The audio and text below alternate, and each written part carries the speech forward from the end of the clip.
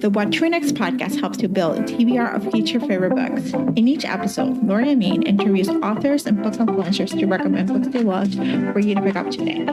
If you're an avid reader, always looking for your next great read, then the show. Hi, Ashley. Welcome to What to Next podcast. Hi, thank you for having me. So happy to have you here. Tell us a little bit about yourself. Tell us what you've been up to, because you've been a frequent guest to the show. Yes. Okay, so what I've been up to is I've been writing a whole lot. I have 3 books out this year, but I'm here today for The 7-Year Slip. It is my next adult rom-com, and it is about a overworked publicist who inherits her late aunt's magical time-traveling apartment, and she falls in love with a chef 7 years in the past. Okay, so we gotta talk about this book, because it was actually Carly Fortune mentioned your book and said it's like, if you like Meet Me at the Lake, you should read The 7-Year Slip, because there's some similarities. And so I'm gonna talk about this book, what was the source of inspiration, what, because your books have a little magical realism to them. There's a little bit, it's not paranormal, but it's just a little sprinkle magic, Yeah, I like towing the line with fabulism a little bit, because I think, well, for me personally, just straight contemporary romances don't keep my interest when I'm writing them. I can read them all day long, but when I'm writing them, I'm like, what if time travel? Or what if magic? Or what if ghosts? Yeah. Yeah, you had a ghost story for the Dead Romantics, and so now we just go time traveling. So what was the process of writing this book?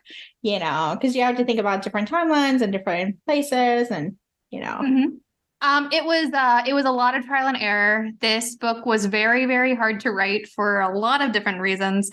I've never done a time travel book before. I'm never going to do a time travel book again. It was real difficult to keep the timeline straight. I ended up doing this Post-it note board where I had to use a string and connect the dots of everything that I've done and what goes where. And that was actually kind of fun. But I ended up writing this book 3 different times over the course of last year.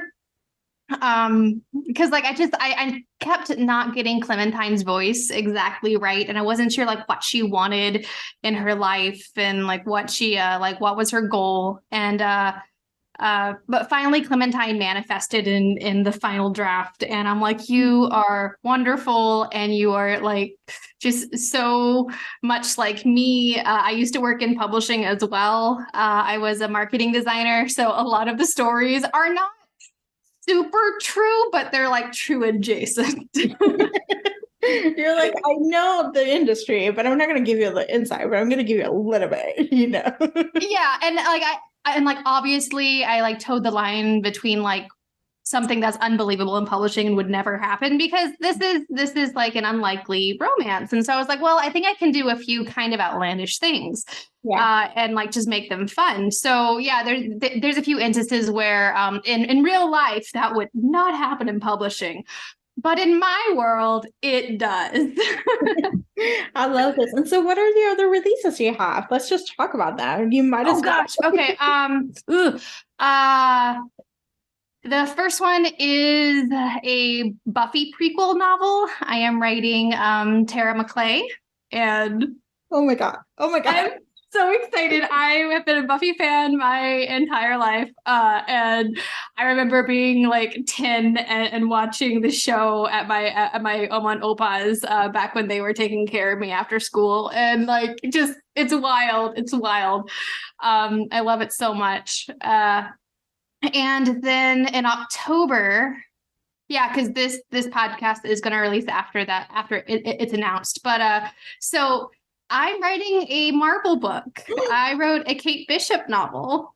Oh my God, that's amazing. Thank you. It's called Bishop Takes King. It has Kate Bishop going up against the one and only Kingpin. And it obviously has our favorite best friend in it, Pizza Dog, but also it has America in it. And I love Kate and America's friendship, and I am so happy I got to write it. But yeah, so that's the kind of secret one. Oh my gosh, congratulations on these projects. Like those are amazing. I feel like that's like it's like having fun, like a playful, fun time writing, you know?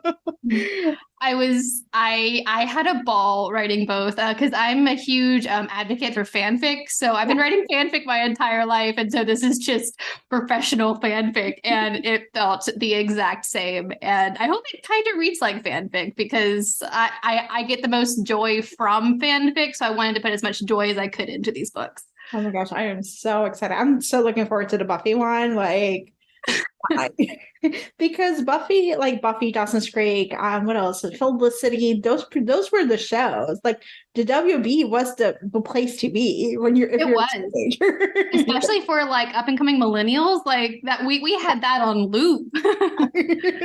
Yeah, for sure. So, all right, so let's chat some book recommendations. So, do you have any books to recommend your listeners to pick up? I do. Okay, first off, I want to recommend Mrs. Nash's Ashes by Sarah Adler. It's a lovely contemporary romance with humor and heart, and it has pigeons. And if you read The 7-Year Slip, you know I love some good pigeons.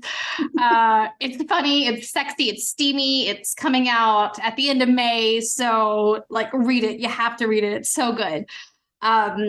Let's see here. I also want to recommend Shot in the Dark by Victoria Lee. It's not out yet, and it probably won't be out for another few months, but it's swoony and dark and edgy and exactly what my queer heart was looking for. It's moi, everything that I love about Victoria's writing. They are fantastic. Speaking of auto buys, anything by Rebecca Weatherspoon, you just can't go wrong with any of Rebecca's books, especially if you're looking for something like kind of like off the beaten path and like really like sexy and sensual. Rebecca Weatherspoon is where it's at. Also, she has an upcoming YA coming out called Her Good Side. I am so excited for that too. It's going to be really fun. Let's see here. What else? I also recommend A Winter's Promise by Christelle Dabos. I just recently finished the books that are released and translated from French, but it's a slow burn fantasy. The world building is wild and so cool. It's like a fantasy dystopian almost. It's so much fun, especially if you like the really, really, really slow burns. Like it takes like a book and a half for them to even touch slow burn. Gosh, I'm excited for this. Oh, it's so good. Yeah, Miss Wilbur, fantasy slash dystopian, you know. Right? It's just like say those words and I'm like, yes, I will try it.